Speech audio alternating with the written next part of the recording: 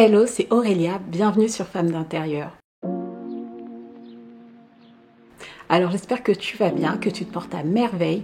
Me revoilà avec la suite de nos vidéos sur les étoiles et nous sommes déjà dans la 9e partie. Jamais pensé qu'il y avait autant de choses à dire sur ce sujet. Alors si tu n'as pas vu les vidéos précédentes, je t'encourage vivement à y aller. Tu verras, tu comprendras mieux de quoi on est en train de parler dans cette vidéo. Ensuite, aujourd'hui de quoi on parle? On parle de comment sont volées nos étoiles. Pourquoi? Parce que c'est vrai, pas mal de personnes veulent savoir comment on récupère nos étoiles. Mais bon, si au final tu récupères ton étoile et qu'on fait que de te la voler, de te la voler, de te la voler, au final c'est peine perdue, tu comprends? Donc du coup, on va parler de ce sujet-là et on parlera dans d'autres vidéos comment protéger son étoile, dans d'autres vidéos comment récupérer son étoile. Il y aura encore quelques sujets là-dessus. Pouf, vous inquiétez pas, après on parlera de plein d'autres sujets, toujours spirituels. Et voilà, en tout cas, j'ai hâte. Merci d'être là. Merci infiniment pour tous vos likes, pour vos partages. Merci pour vos abonnements. Il n'y a quand même pas assez d'abonnements. J'ai été regarder les stats, figurez-vous, et il y a 65% de personnes qui ne sont pas abonnées à la chaîne qui regardent. Vous avez le droit de regarder, hein, c'est gratuit, mais vous pouvez aussi vous abonner, c'est aussi gratuit, ok? Vous allez voir que quand vous le faites, quand vous likez, quand vous commentez, quand vous partagez, quand vous êtes abonné, quand vous vous abonnez, en fait, vous envoyez un message positif en fait à l'algorithme. En fait, l'algorithme, pardon, il se dit quoi? Il se dit, bah en fait, les vidéos là sur cette chaîne ont l'air intéressantes parce que d'un coup, boum, tout le monde s'abonne, tout le monde partage, tout le monde commente et tout ça, tout le monde like. Donc du coup, on va pousser cette vidéo auprès d'autres personnes qui ont le même profil parce que on pense que ils vont aimer en fait, d'accord? Pourquoi? Parce que le but en fait de chaque réseau social et le but aussi de YouTube, c'est que tu restes sur la plateforme. Donc, ils te poussent du contenu qui sont à peu près sûrs que tu vas aimer. D'accord? Bon, j'espère que tu as compris ce point. Et on va commencer. Tout d'abord, je voulais partager avec vous. J'étais tombée sur un réel il n'y a pas longtemps. Je l'avais même partagé sur Instagram. Mais en fait, c'est une personne du coup qui disait oui, du coup, moi je parle jamais de mes projets aux gens. Du coup, tous mes projets voient le jour. Et en fait, par rapport à ça, je pense qu'il faut prendre de la hauteur. Pourquoi? Parce que tu peux très bien ne pas parler de tes projets dans le monde physique, mais dans le monde spirituel, on les voit en fait, d'accord? Et tu peux très bien avoir l'impression que tes projets voient le jour, mais en fait, il y a plein d'autres choses qu'on te vole, ok? Donc du coup, c'est pas forcément des choses qui sont simples. Tu peux aussi très bien tout le temps parler de tes projets dans le monde physique et dans le monde spirituel. On ne voit pas tes projets. En fait, tes projets, ils sont barricadés, d'accord? Ils sont bloqués. C'est pour ça qu'on fera aussi une vidéo là-dessus. Je dis tout le temps ça. Faudrait que je fasse la liste de toutes les vidéos et tout qu'on fera. Bon, j'en ai une, hein, mais on dirait qu'elle s'étoffe. Mais le truc, c'est que c'est pour ça que quand on prie aussi, on prie en disant il faut qu'on soit caché en Christ, d'accord? Qu'on soit caché. Par le sang de Jésus, ce sang qui est aussi notre protection, notre bouclier, nous permet aussi d'être cachés, d'accord? Donc ça veut dire que dans le monde spirituel, on ne te trouve pas. Et on va te demander, du coup, on ne te voit pas dans le monde spirituel, donc dans le monde physique, on vient te chercher en mode, mais tu es où? Ça fait longtemps, tu dates, c'est quoi tes projets? Après, tu vas faire quoi? Et ça, est-ce que tu as fait? Est-ce que ça a marché? Est-ce que, d'accord? Donc, et des fois, il faut faire attention parce que c'est pas parce qu'on vous pose pas de questions que il se passe que tout va bien, quoi. Tu vois qu'ils sont pas en train de vous chercher. Des fois, ils envoient des infiltrés. J'en parlerai aussi. Des personnes qui sont, toi, tu as l'impression qu'elles sont dans ton camp. Tu commences à parler. Dans le monde spirituel, les infos sont en train de fuiter. D'accord? Donc, faut faire très attention. Après, vous allez vous dire, bon, c'est pas grave, les gens, ils ont qu'à savoir ce que je veux faire. Le truc, c'est que là, on parle du vol d'étoiles. D'accord? Ça veut dire que des fois, même, ça, j'avais pas forcément prévu d'en parler là, mais je vais le faire. En fait, des fois, je vous ai dit dans la vidéo précédente que l'une des ruses du diable, en fait, c'est de te faire croire qu'une situation, en fait, de blocage que tu vis dans ta vie est normale. D'accord? Et ça, c'est ce que j'avais dit dans la vidéo précédente. Mais dans cette vidéo-là, ce que je peux te dire, c'est qu'une autre des ruses de l'ennemi, comme en fait, c'est un menteur, manipulateur. Il n'a pas beaucoup d'armes, hein. mais il est vraiment dans ces choses-là. Donc, il va te faire croire, en fait, que tes projets, en fait, c'est pas pour toi. D'accord? Il vient semer la confusion. Ça veut dire que du jour au lendemain, alors qu'hier, tu étais excitée, tu étais prête, tu étais contente, tu étais en mode « ok, j'y vais », là, d'un coup, boum, ça redescend en mode ouais, non, finalement, je vais pas le faire. Ouais, non, finalement, c'est pas pour moi. Ouais, non, finalement, c'est trop pour moi. Ouais, non, finalement, j'ai pas l'étoffe. Ouais, non, finalement, ce projet-là, ce sera pour la saison d'après. Ouais, non, finalement, je pense que c'est pas le plan de Dieu. Tu connais tous ces oui, mais finalement. D'accord? D'ailleurs, si tu es intéressé, c'est que tu as un projet et que tu en as marre des oui, mais finalement, t'avances pas plus, t'avances, tu recules. Tout ça, si tu en as marre, franchement, je mets dans la barre d'infos, j'organise un mastermind de 3 mois pour aider les femmes à avancer dans leurs projets professionnels. Donc, ça va être un projet soit corporate, ça veut dire que tu es en entreprise, tu es salarié, mais tu veux une évolution, tu veux augmenter ton salaire, tu veux un nouveau poste, tu veux une promotion, voilà, tu veux vraiment changer de niveau. Inscris-toi. Si au contraire, enfin pas vraiment contraire, mais si d'un autre côté tu es plutôt entrepreneur, tu veux te lancer, tu veux lancer ton podcast, tu veux lancer ton planeur, tu veux écrire ton livre, tu veux créer ta boutique en e-commerce, tu veux, peu importe ce que tu veux faire dans l'entrepreneuriat, même une activité, lancer ta chaîne YouTube, tout ça, même lancer une plateforme, il y a plein de plateformes pour femmes chrétiennes, c'est un exemple, n'hésite pas, là je mets un lien, j'ai peu de places, donc j'ai déjà 6 places qui ont été prises. Bon, à l'heure que je vous parle, il y en a déjà 6 qui ont été prises et franchement, Dieu merci pour ça parce que franchement, je m'y attendais pas. J'ai été agréablement surprise. Je m'y attendais pas parce que le programme ne tient pas la route.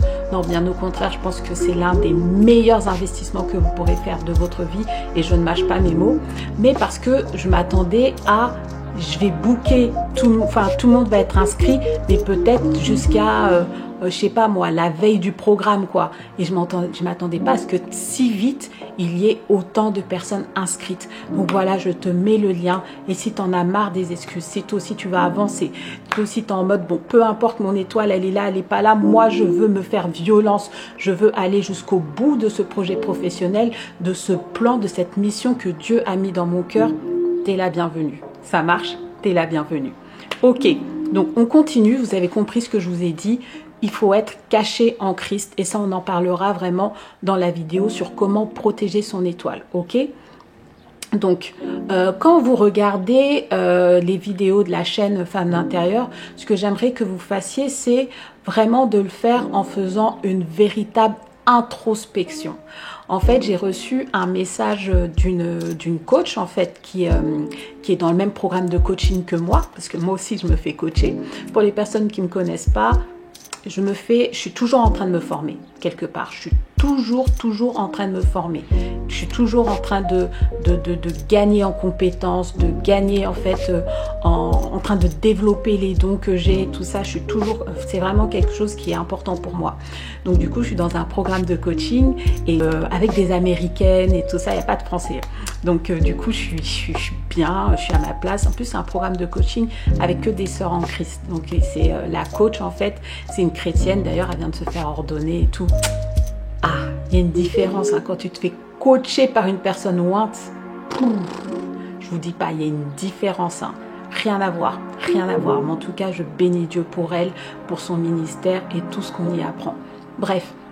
Du coup, il y a une personne qui est dans le programme de coaching avec moi, elle est coach et elle m'a envoyé un message et tout en me disant ah, j'ai regardé tes vidéos YouTube et tout sur les étoiles et elle me dit ça pousse à la réflexion. Et c'est vrai en fait, et elle me dit ça pousse à l'introspection même. Et du coup, introspection c'est quoi? C'est regarder à l'intérieur, d'accord? Ça veut dire qu'au bout d'un moment, vous devez vous dire ok, je vais observer ma vie. Je vais analyser ce qui se passe. Il y a Socrate qui disait « connais-toi toi-même ». Donc, en fonction de comment tu te connais, en fait, Voilà, ça c'est normal, ça c'est pas normal, ça bloque depuis quelque temps, ça avance, ça je comprends pas. Il faut que vous soyez capable de faire ça en fait, ok? Donc voilà, faites une introspection et ne soyez pas étonnés, les coachs ont des coachs, les médecins ont des médecins et j'ai envie de vous dire, les hommes de Dieu ont aussi leurs hommes de Dieu. Donc voilà, ok? Bon, d'ailleurs, pourquoi ce sujet? Dans 2 Corinthiens 2:11, la Bible dit, quelque part, là je vais paraphraser, mais pour que vous compreniez, il faut que nous connaissions les intentions de Satan pour qu'il n'ait pas un avantage sur nous, d'accord? Donc c'est une phrase qui dit, afin de ne pas laisser à Satan l'avantage sur nous, car nous n'ignorons pas ses intentions, d'accord? On doit connaître ses intentions pour pas qu'il ait l'avantage sur nous, ok? Donc, comment notre étoile est volée? Pour commencer, notre étoile, elle est volée quand tu ouvres des portes. Quand tu ouvres des portes. Il y a le verset dans Éphésiens 4:27 qui dit « Ne donnez pas accès au diable ». Ok? On comprend en fait dans cette phrase que c'est toi qui donnes accès au diable. Et ça ne tombe pas du ciel, c'est pas un hasard, tu étais là ou... Non, tu as ouvert une porte. Ok? Et ce qui est un peu... c'est cocasse, c'est que la suite du verset dit que celui qui dérobait ne dérobe plus. Ça veut dire quoi? Ça veut dire que ne donne pas accès au diable, tu vois. Si tu donnes accès au diable, en fait, celui qui dérobe, il va dérober, en fait. Ok? La suite, elle dit, afin que, en gros, ce qu'il faut comprendre, c'est comme, afin que celui qui dérobait ne dérobe plus. Ok? Bon. Là, tu vas me dire, mais Aurélia, comment savoir que quand on ouvre une porte? En fait, il y a plusieurs façons de le savoir. Il y a des choses qui sont plutôt subtiles, il y a des choses qui ne le sont pas. Ok? On va beaucoup aussi parler des rêves sur la chaîne, mais par les rêves, si par exemple tu rêves que tu laisses une porte ouverte, que quelqu'un chez toi laisse la porte ouverte, que la porte de chez toi est entrouverte. D'ailleurs, tu peux me dire dans les commentaires si c'est ton cas. Qu'un voleur essaie de rentrer chez toi, il cherche un accès. D'accord? Il essaie d'ouvrir les volets, il essaie d'ouvrir la fenêtre. Voilà. Ou que chez toi, tu n'as pas de porte, par exemple. Ça, ce sont des indices pour te montrer que fais attention, une porte est ouverte. Ou fais attention, on essaie d'ouvrir une porte. Ok? Et quand c'est comme ça, ce que tu dois faire, c'est vraiment te lever en prière. Et je le répète, quand on rêve, en fait, le Seigneur Jésus est en train de te prévenir. Il est en train de t'avertir de ce qui se passe ou de ce qui va se passer à travers tes rêves, d'accord?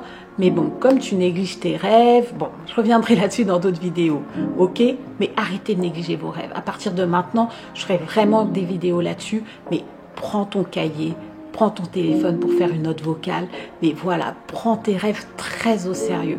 Il y en a plein qui sont là, oui, mais Dieu ne me parle pas, mais nanana. Mais sans doute, il te parle dans les rêves, non, mais tu calcules pas. Bref, bon. L'une des premières portes que tu peux ouvrir, c'est celle des cadeaux que tu acceptes.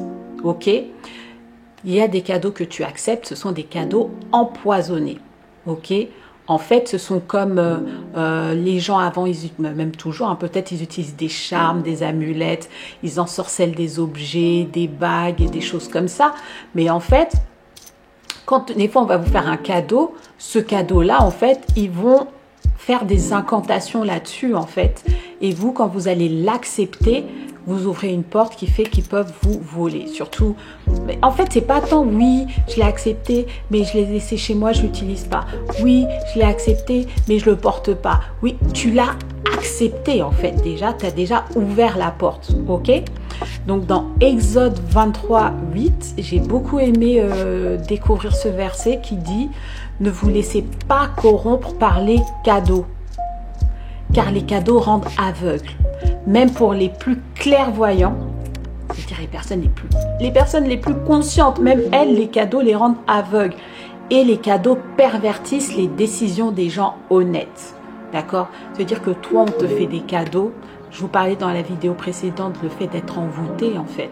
On te fait des cadeaux, tu ne vois plus clair, d'accord? Alors qu'avant, tu étais clairvoyante. Alors qu'avant, tu étais même une personne honnête, tu vas commencer à prendre des décisions qui sont perverties. Ok? Bon. Deuxième point, comment tu ouvres des portes? Par l'argent. fais attention à l'argent que tu acceptes, d'accord?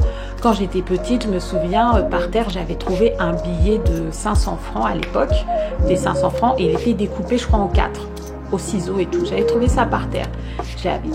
J'étais contente, je l'avais pris, j'avais mis du scotch. Et en plus, comme je vous dis, j'étais petite, mais pas si petite que ça, hein. Je devais peut-être avoir 12-13 ans. Et qu'est-ce que je vais acheter? De la pâtisserie. Donc, je savais pas quoi acheter. Je vais dans une boulangerie et je m'achète peut-être un croissant aux amandes et tout. Et quand je rentre, ce qui s'est passé, c'est que ma mère, elle a vu, je crois, le ticket. Elle me dit, mais t'as acheté ça comment, où et tout, pourquoi, avec qui et tout.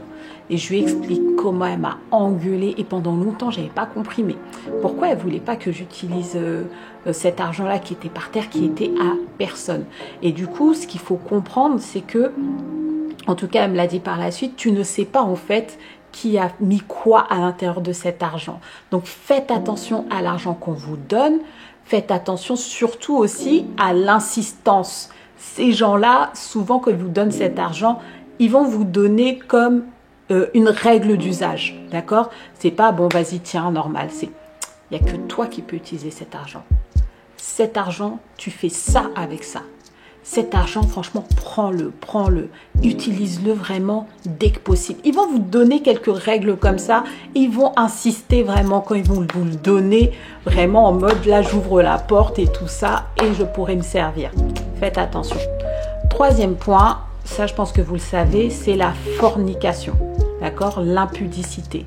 Et comme je vous disais dans une autre vidéo, la femme de Potiphar, à mon avis, quand elle voulait avoir une relation sexuelle avec Joseph, c'est pas parce qu'il était beau de visage. La Bible qui dit ça. Elle était belle de visage. C'est pas parce qu'il était beau de visage. À mon avis, c'est parce qu'elle savait, elle avait vu que là, il y a un truc à aller chercher. D'accord? Là, il y a un truc à aller prendre. Vous avez vu comment elle était vraiment, elle insistait. Ok? Donc, la sexualité hors mariage, c'est de ça qu'on parle. Et je vous avais dit aussi, là je vous le réexplique, quand il y a un rapport sexuel, vous ne faites plus qu'un avec la personne. Et c'est pour ça aussi qu'on parle des liens d'âme. À chaque relation sexuelle, il y a un lien qui se crée. On appelle ça des liens d'âme. Et c'est souvent aussi pour ça que quand les femmes ou les hommes, ou surtout les femmes, quand elles ont une relation sexuelle avec un homme, elles ont l'impression que d'un coup c'est bon, on est amoureuse, on l'aime et tout. Et on n'a plus les idées claires en fait, vous voyez ou pas? Et c'est parce qu'il y a ce lien d'âme, ok? Donc par rapport à ça, donc ce que je vous dis c'est que ces partenaires sexuels-là en fait, comme il y a eu relation sexuelle, comme vous ne formez plus qu'un, ils peuvent venir se servir, ok? Quand vous allez dans Jean 4, 5, 26, donc c'est l'histoire de la femme samaritaine. Et en fait, il y a un moment dans le passage où Jésus lui dit, va, appelle ton mari et reviens. Et la femme répliqua, je n'ai pas de mari. Et en fait, Jésus lui reprit, tu as raison de dire que tu n'as pas de mari. Déjà, en fait, quand vous regardez la discussion, vous dites, mais c'est quoi ça, ce ping-pong? Appelle ton mari, j'ai pas de mari. Tu as raison, tu n'as pas de mari. On se dit, mais c'est quoi ça? Ensuite, en fait, Jésus, il dit, des maris, t'en as eu 5. Et celui que tu as maintenant, donc en ce moment, elle a quelqu'un, ce n'est pas ton mari. Là, tu dis vrai. Ça veut dire quoi?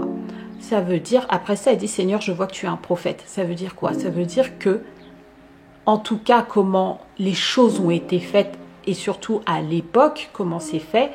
Ça, j'expliquerai ça quand on fera le week-end détox. Donc, c'est une retraite que j'organise. Je pense que ce sera au mois d'octobre. Et du coup, ça va être sur l'intimité. Bon, je fais une parenthèse, ce sera sur tout ce qui est prévention, cancer du sein, faut aller voir le gynécologue, toutes ces choses-là. Ce sera aussi sur la sexualité vue par Dieu, ce sera aussi sur tout ce qui est hygiène, etc. Donc ce sera pour le mois d'octobre, je reviendrai là-dessus. Et du coup, par rapport à la sexualité vue par Dieu, c'est que à l'époque en tout cas, c'est Dieu qui a créé la sexualité. Quand il y a un premier rapport sexuel, vous voyez qu'il y a du sang. Et ce sang, vous savez, quand on scelle quelque chose, avant, on le scellait avec le sang. D'accord? Quand on scelle, vous voyez même qu'on scelle le truc, il est rouge en fait, tu vois. On scelle avec le sang. Et donc du coup, une fois que le mariage était... avoir un rapport sexuel scellé par le sang, c'était en fait la preuve que le mariage est consommé en fait, d'accord? Et c'est pour ça que elle, comme elle avait dû avoir des relations sexuelles avec 5 hommes, sans compter celui-là avec qui elle est, c'est comme si elle était mariée avec eux et qu'elle avait en fait 5 maris, d'accord? Et du coup, c'est pour ça que Jésus lui dit, mais appelle ton mari et viens. Et elle a dit, mais en fait, je n'ai pas de mari. Elle est en mode, mais j'ai pas de bague et tout, tu vois, de quoi il me parle? Et donc là, Jésus lui dit, mais en fait, t'en as eu 5. Et même le gars avec qui t'es là en ce moment, c'est pas ton mari. Elle a capté, elle a dit, ah, Seigneur, je vois vraiment que tu es un prophète, d'accord? Bon, donc du coup, par rapport à ça, les personnes, quand il y a fornication, ce sont des personnes qui peuvent vous voler votre étoile. Ensuite, les vêtements, les chaussures. Quand on t'offre, même les accessoires et tout ça, quand on te les offre ou quand on te les prend, d'accord? Attention aux personnes qui veulent tout emprunter. Des fois, il y a des choses qu'on veut t'emprunter, c'est sans queue ni tête, d'accord?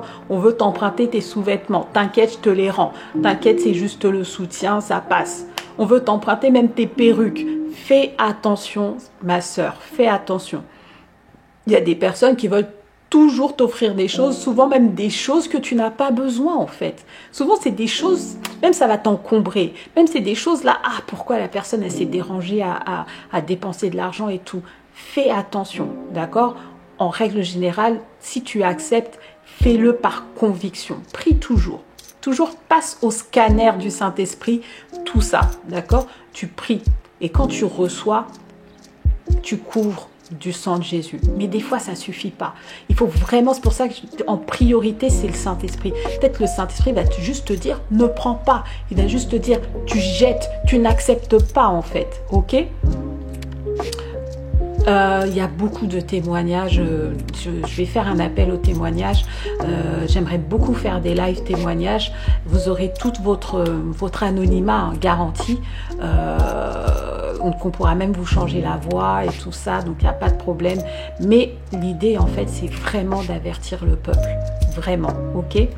Donc, 5e point, les photos. Donc, je le dis souvent. À l'époque, avant Internet et tout ça, les marabouts, quand en fait quelqu'un voulait marabouter quelqu'un, il demandait une photo, d'accord?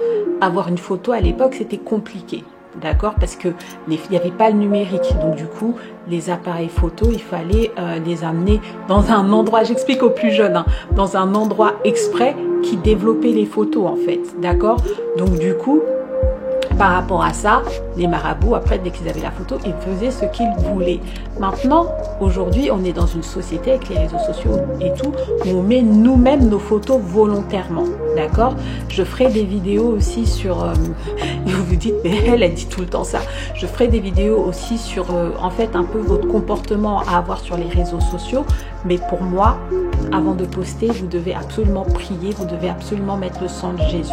Encore une fois, c'est pas le monde des bisounours, d'accord? Il y a des gens frustrés sur les réseaux, il y a des gens en fait qui vous veulent du mal en fait, ok? Et qui vont rien lâcher jusqu'à ce qu'ils obtiennent ce qu'ils veulent. Ok. Je refais mon appel au témoignage.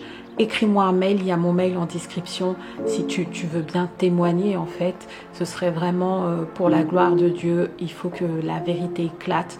J'ai des personnes qui m'ont écrit. Je vais leur demander, elles aussi, si elles veulent témoigner. Mais au bout d'un moment, en fait, il faut qu'on sorte tous de ces situations, d'accord? 6e point, le dernier, mais pas des moindres, l'imposition des mains. Je sais que c'est un sujet assez touchy, mais je vous dis, attention aux personnes qui vous imposent les mains, ok? Je sais que là, tout de suite, il y a des gens qui sont en train de se dire, bon là, Aurélia, elle commence à divaguer.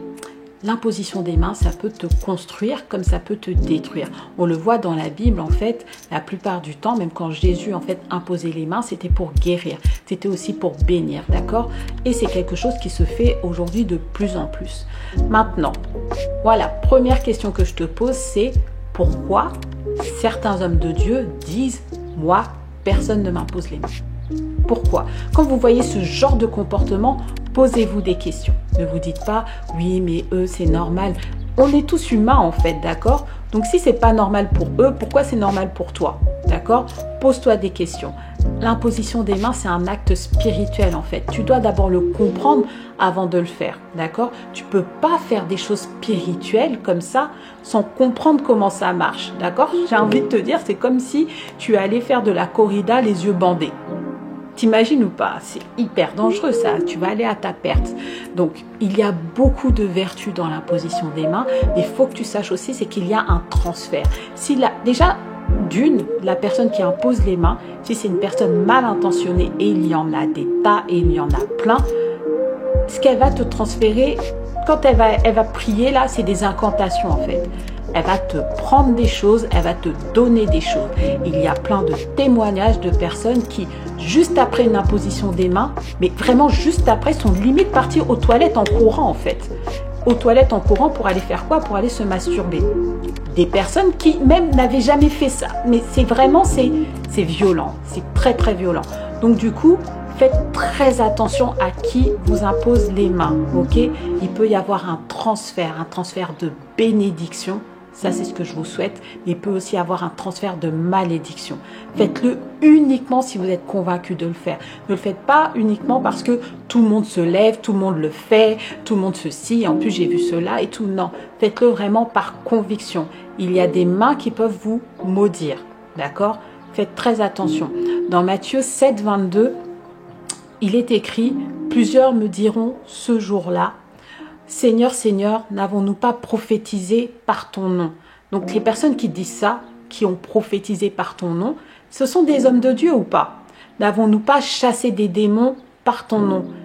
Peut-être des servants, des évangélistes, voilà quoi. On a aussi chassé les démons et tout ça.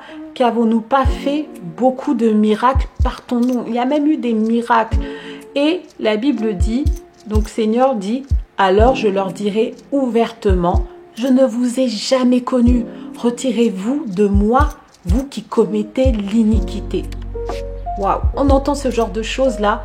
C'est la parole de Dieu. Il faut se poser des questions en fait, d'accord? Donc, je regardais même une vidéo, c'était un homme de Dieu qui témoignait, il regardait la télé et il voyait en fait un homme de Dieu aux États-Unis en fait qui déplaçait des foules et des foules. Il était en train de prier, les gens tombaient, il était en train de chasser des démons, vraiment c'était visuellement en fait, c'était quelque chose de spectaculaire en fait. Et du coup, l'homme de Dieu qui regardait ça à la télé, il était en mode waouh, c'est incroyable et tout, c'est fort en fait ce que cet homme de Dieu il fait. Il regardait même avec admiration et le Saint-Esprit lui dit je ne le connais pas. D'accord? Il dit je ne le connais pas. Et j'ai remarqué un truc, j'ai vraiment travaillé sur un truc précis. Vous avez une mauvaise définition de porter du fruit. Vous avez une mauvaise définition de ça. Vous pensez que porter du fruit, c'est t'as 30 millions d'abonnés sur YouTube ouais, ou sur Instagram ailleurs. Ah, la personne, elle porte du fruit. Porter du fruit, c'est la personne, elle gagne 20 000 € par mois. Elle porte du fruit. C'est pas ça, porter du fruit, d'accord? Je vous expliquerai tout ça. Donc, là, on va terminer en prière. Je sais que beaucoup de personnes ont besoin de prière et je mettrai aussi la prière. Je l'avais fait pour une de mes vidéos. Je mettrai la prière en description. Prions.